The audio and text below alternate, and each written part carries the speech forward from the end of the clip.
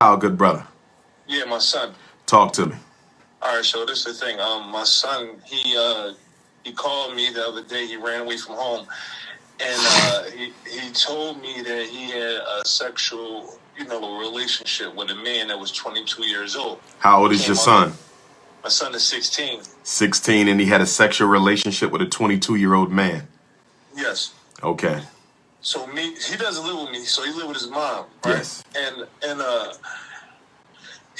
we tried to press charges, but the law says is 16 gives away. You can give consent to an adult. Right, but he wasn't 16. He was 15, right?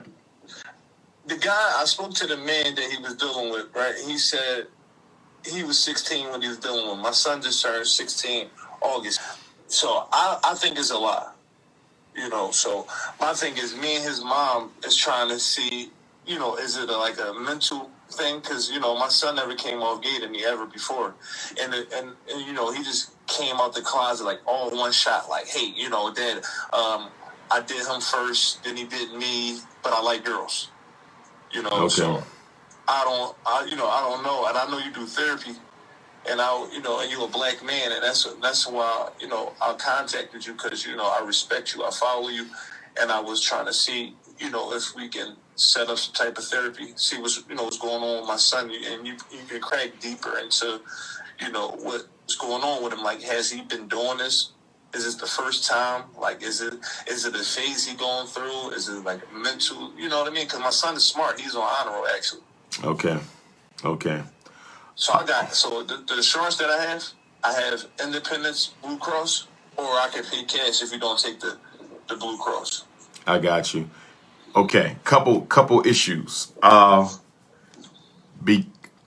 Okay. So number one, we have to get him a licensed psychologist. I don't have my license yet because I didn't apply for it.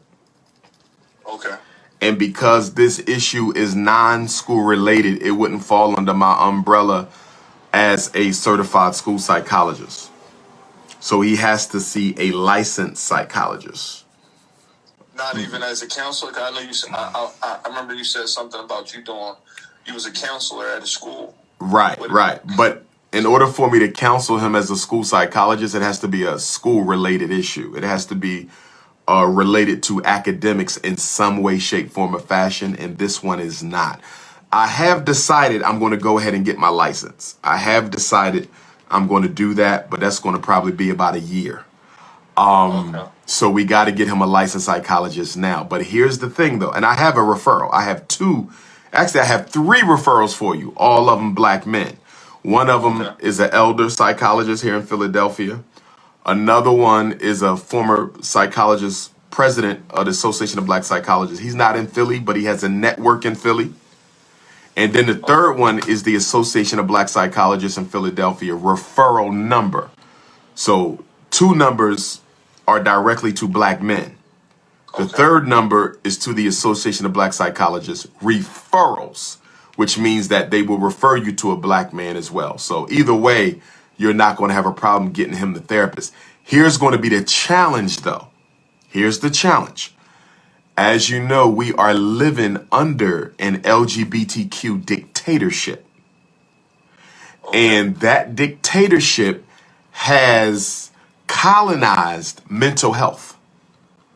So in the United States of America, it is illegal to do any form of gay conversion therapy. It's illegal. This country will not let you work with someone who no longer desires to be romantically involved with the same gender. They have made it a crime to help them. Yes, sir. They've made it a crime to help them go back to their natural state. So that doesn't mean that these brothers can't work with him, but they cannot come at it directly that way.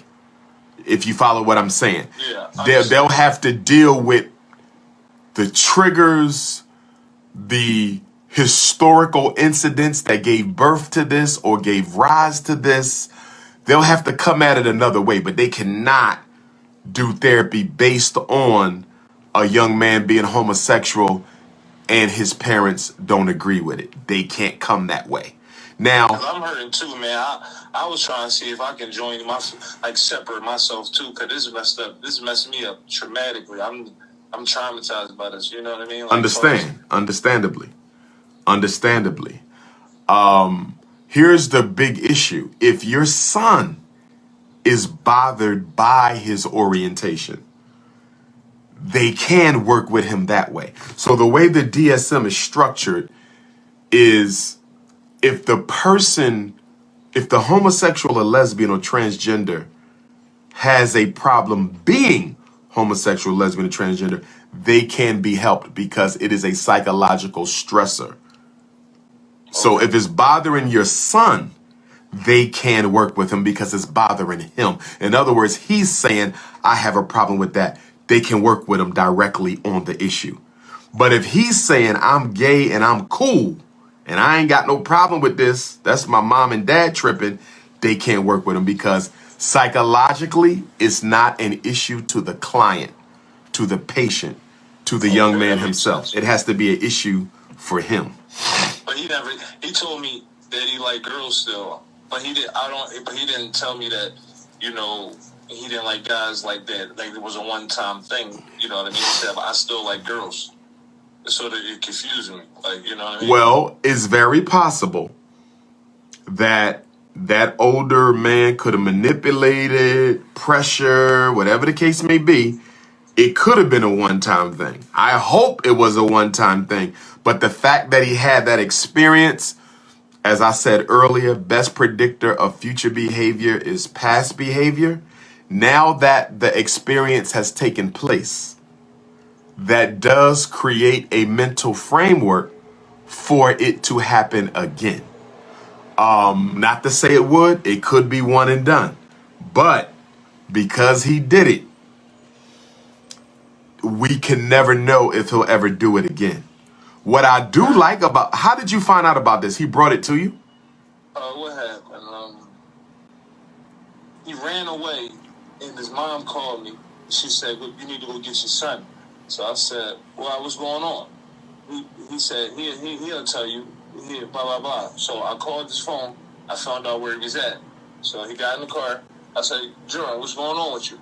He said, my mom went through my phone and she found out I was texting a guy. She seen that, you know, we was talking about the sex we was having, and you know, he happened one time. He did it to me and I did it to him, and blah blah blah. He just splattered it out. I'm like, are you gay? And he was like, I still like girls, you know, and it was just crazy, man. You know, it was crazy.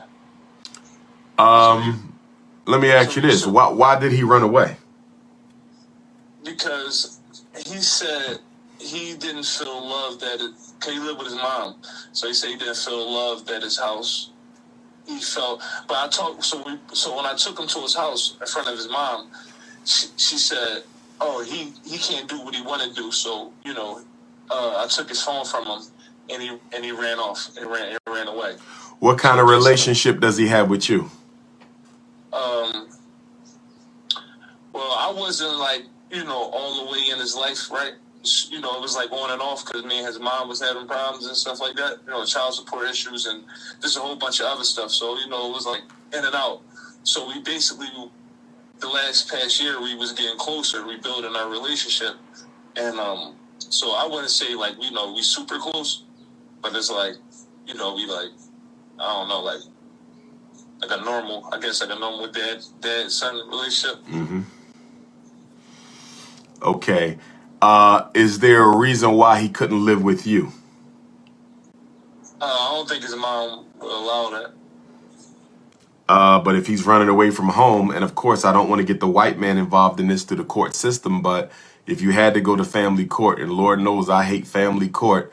Me too, man. I was just down there the other day. Yeah, paying child support. But you may have to go through the courts and get custody of your son. And they are a little bit more inclined to give fathers physical custody because of all the nonsense going on with black boys out here. So if you want him under your roof, I think you got a real good chance of doing that. Not to take nothing away from mom, but if he's running away, and, you know, I don't support homosexuality, Right. but if he's running away, we got some worse things that could happen to your son. You understand? Right. On top of this, and of course, I'm concerned about this because I don't know if they had protected intercourse or not.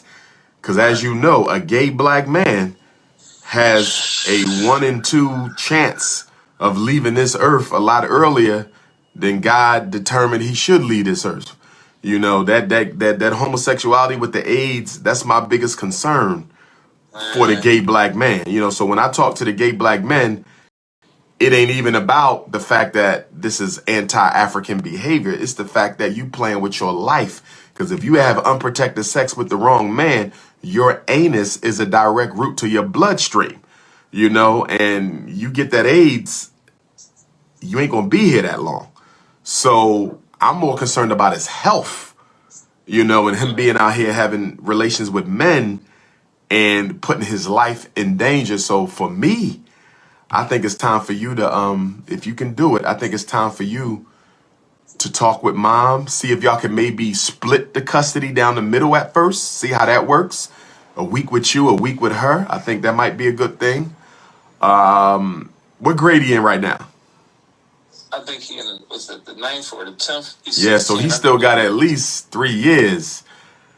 He ain't gonna make them 3 years without you. So maybe y'all can do week on, week off. A lot of parents I know do that with the high school students. Or maybe he just need to be under your roof primarily, going to visit the mom on the weekends. But I'm not liking this because, you know, that community, they're very influential community. And I got the number right. The mom went through the text. They was texting, so she sent me the dude number. So he was, I think he put his phone on Do Not Disturb. So my son, I said, yo, take me to his house. So we went to his house. He even lifted up the rug under the carpet, like he knew the key was there. And it wasn't there, though. So he knocked on the door, dude didn't answer. Went to his job, he wasn't there. So I called him, basically asked him, I'm like, you know, like, how long has this been going on? He basically said since August, right? Because my son's birthday in August 10th. So he basically tried to cover it up because my son just turned 16. So he basically saying, oh, yeah, it happened since 16. But long story short, I'm like, what up? Damn, I'm my fault, man. I'm just a little messed up about this. No, I understand. I definitely understand. So what he say? Oh yeah, so I was asking him questions. I'm like, why? Like, why? How did y'all come about? Oh, he's playing basketball and you just got cool. And I said, yo, he's 16, you're 22. You didn't know that was like morally wrong, even though, you know, he gave you the consent. You know, he's 16. Yeah, I know it was morally wrong, but he was confiding in me. He was telling me he was having problems at home. Now, do you see that right there? That's how it happens. That's how it happened. He was running away from mom, not happy with that situation. He goes to this older brother, right? This man is like an older brother. You know, he's 16, he's 22. He's confiding in him. He's being his emotional support. This is how they get our boys. This is how they get them. He's confiding in him. And guess what? I've said this so many times. The older guy manipulates the boy and his need for support into a sexual relationship. It happens. This is classic. This is classic. I don't think your son is homosexual. I think he was manipulated into that relationship by this older, stronger man. That's what I was thinking. That's what I believe this was. It had because he's older. If they were the same age, it'd be a little different. But because he's older, I think this was a case of emotional manipulation. But it can happen again. And here's the bottom line. That and you are not at fault here. I want to be clear. Okay. And I did feel like that because I'm like, right. I wasn't consistent in his life. Well, you know, that played a role in it. I don't want you to blame yourself, but you not being consistent in your son's life played a role in it because that 22-year-old could have never got in that gap, right? Right. But we can't cry over spilled milk. You now have to be what your son needs you to be before he goes back crying on that shoulder again. And we know what happens when he cries on that shoulder. So now you have to, okay, son, we spending time together. But it has to come from a genuine place. It can't be, I'm doing this because I don't want my son to be gay. That's okay for you to feel that way because I don't want my son to be gay either. But that can't be the reason you stepping in because it'll be disingenuous. Your son has to know and feel that you're stepping in because I love my boy. This is my son, and I don't want nobody manipulating him into being anything other than what God intended for him to be. And I've been missing. I wasn't there the way I should have been, but I'm going to be there now. So if it were me, I would look my son in the eyes. This is not your fault. This happened because I wasn't in your life the way I needed to be. And I'm going to start being here now. This has shown me my era as a father. And so now I'm going to be here. But I'm telling you, there's no better way for you to make sure something like this doesn't happen again than to have him under your roof, if that's possible.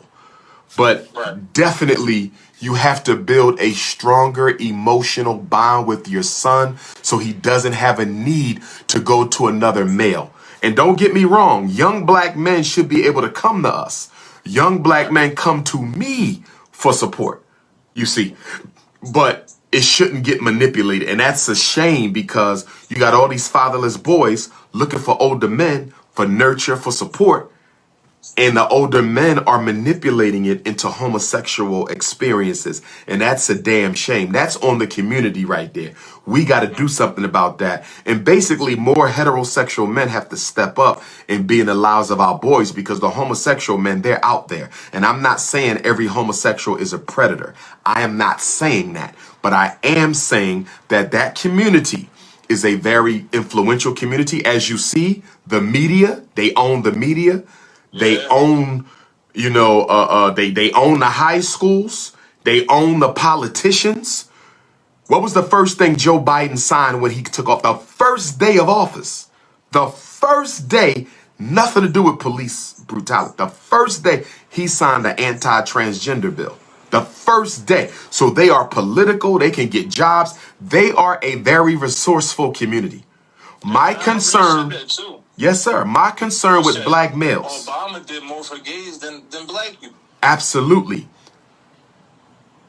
Absolutely. My concern for our boys who are straight and love being straight is that community is so resourceful, academically, politically, economically, that if you are not certain about your manhood, if you are not firm in your heterosexuality, you can be easily led astray by the things they can do for you.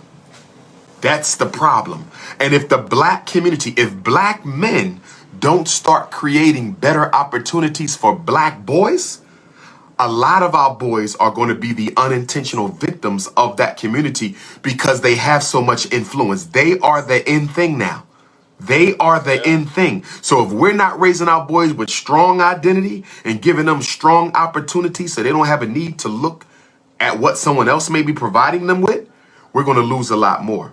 Your son is an example of what can happen when a straight black boy needs a man to talk to for emotional support and ends up with a predator. I'm not saying all gays are predators. But that man was a predator because he didn't come to him for no sex. He didn't come to him for no homosexual relation. That was a child and you was a young adult. And although it's only like 6 years between them, it's enough. It's enough where you know that what you were doing was inappropriate and not right. You had no business manipulating that young man into a sexual relationship. It's like my fault. It's like really eating me up. It's like... That's why I'm trying to go to therapy too. I understand, brother. It's okay to hurt. It's okay to hurt, brother. Because every time I go to sleep, I just be thinking like, if I was there, man, if I was there, this wouldn't have happened. But his mom made it so hard for me. And I'm not trying to I understand, brother. I have two daughters.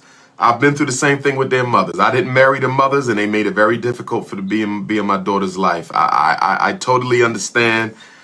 You know, I get it, my brother. A lot of women will weaponize the child. They will keep the children from us as a payback for not getting what they wanted from us. I'm going through it right now, so I understand it, brother. Paying child support and not being able to see your child. I totally get it, but you also got to get some therapy, because this is hard for a father to deal with. Because you're dealing with not only the revelation that your son had relations with another man, and the fact that that man, in my opinion, was a predator because of the age difference, and the fact that the young man was only looking for a big brother. He wasn't looking for an older sexual partner. And then you have to deal with the role that you played in this. But you can't blame yourself, though, because all of us are human. We make mistakes. The mother played a role in this. You understand? So, you know, she has as much blame as you do. The black community has blame in this, because we allow this culture to grow up around us and do nothing about it. The black church has been co-opted by this thing, you know, and don't blame yourself, my brother, because if you blame yourself, you can't heal. You can recognize your role in this. So you don't have to be in denial, but at the same time, you got to forgive yourself, because if you don't forgive yourself, you'll never get past this. If you don't forgive yourself, you'll never get past this. So you're going to have to be able, you know, to forgive yourself to move on from it. It's not easy, brother. It's not easy. And this ain't the first time I heard about this. You know, this happens a lot. It happens a whole lot. You know, but what I'm looking towards is the good side. And the good side is you getting involved in your son's life, doing more activities with him. Y'all need to create a regular father-son schedule, whatever that's going to be. You know, you can start off small and then grow. You might say, look, son, every Wednesday night, you with me, 5 to 10. We're going to go to movies, go eat, just walk, talk, get to know each other. Start with one day, because what I always tell parents, it's not the amount of time you spend with the child. It's the amount of attention the child got during the hours you spent with them. In other words, one father gets his child every day, but never pays attention to the child. He got to make a run. He got to do this. He got a phone call. He got to go to the business. The child is physically with him, but he never gets no time with his father. But the other father only sees his father other child sees his father once a week for 3 hours. But guess what? When he's with his father, it's all about him and his father. It's not how much time, it's the quality of time. So, you know, if your schedule doesn't allow you to see him every day, that's fine. But whatever day you agree to in time, make sure you never cancel. I mean, sometimes there's emergencies, but as much as possible, you got to keep your word, because you got to build that trust. You got to build that trust. You want to be the man he comes to and the only man he needs to come to. So you got to rebuild that trust with your son. Okay, so whatever time and day you choose to be with him, keep that. That is sacred for you. No, nothing comes in between that. So make sure it's a time that you know you can fulfill. Start with that. Then you say, okay, son, we've been doing this for 2 months, 3 months. You know, the Thursday evening, you know, let's add some Saturday. Let's go play some basketball. One-on-one, father and son from 8 to 11 at the rec. You know what I'm saying? You can do it that way too. So, you know, slow and steady gets the job done. Slow and steady gets the job done. But you can fix this. The good thing about this, you can fix it. Your son is at the age where he's trying to find out who he is. There's no better time for you to step in and be what he needs you to be than right now. You can end this. That's the good news. I have no question that you can rectify this whole situation. And based on what you said, having never met your son, I don't think this had anything to do with homosexuality. Except, of course, the act itself was a homosexual act, but I don't believe that's what the situation is with your son. I believe he was looking for somebody to talk to, and he got manipulated by an older predator. That's what I think this was. That's exactly how I feel. That's exactly what this was. So it's all good from here, bro. I want you to text me at like 1 o'clock. I'm going to text you the contacts that I have. And if it becomes necessary, you, I, and your son could meet. Remember, I don't have my license, so we could still have a conversation as with me being a life coach, if you understand. That'd be awesome, man. Yes, sir. Yes, sir. So I still want him linked up though with a licensed therapist, even if it's just a few sessions, so they can do a little investigating, see if it's more to the story than what we know. Hopefully it isn't, and then once he has that relationship going on, the three of us can definitely link up and have that conversation. Dr. Umar, man, I really appreciate, man, you taking your time out. Stay strong, bro. It's okay, man. Listen, it ain't easy being no black man. It ain't easy being no black man. And it definitely ain't easy being no black father, brother. You hold your head up, man. You hold your head up. A mistake was made, but it can be corrected, man. Appreciate you so much, man. No problem. And if me, you, and the mom need to have a conversation, we can. Yeah, that'd be cool, too. You understand? Because I don't know how willing she would be to let y'all son come and stay with you. To me, she's the key in a lot of this because she can make it easy or she can make it difficult. But the fact he ran away tells me there's some issues in that home that have to be addressed too. So, the whole parent mediation thing, I do that on the regular. I don't know if she knows who I am, but your next step is a conversation with her and then a conversation with him so y'all can go ahead and set up y'all schedule. But reach out to me anytime, King. Reach out to me anytime. You have to do that anyway because I got to get you the referrals. But keep your head up, bro. Don't let this get you down, man. And I do believe in the power of prayer. I'm totally political. I'm totally a Pan-Africanist, but I do believe in the Most High, brother. So you make sure you pray. You ask the Most High for your help. You ask your ancestors to intervene on this situation because we got unseen forces with us. We the first people. We are God's chosen people, and we have unseen forces that can come to our aid. So you make sure you call on them too during this time, my brother. Yes, sir. And I appreciate you, man. Thanks a lot. No problem. Stay strong, King. Text you at 1, right? Yes, sir. Yes, sir. All right now. One love. Brothers and sisters, brothers and sisters, brothers and sisters. My God. My God, my God, my God. Brothers and sisters, brothers and sisters, brothers and sisters. If you are a black LGBTQ and you had a problem with the conversation I just had, then you are a problem. I'm going to say it again. There is nothing in that conversation I had with that father that in any way, shape, form, or fashion could be misconstrued as hatred against you and your community. Nothing. Nothing. The world does not revolve around your sexual orientation. Do you understand? The world does not revolve around my Pan-Africanism.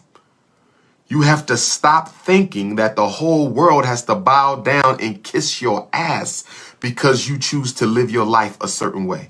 We must respect you, yes. Tolerate you, yes. Free from abuse, yes. We don't have to agree with you.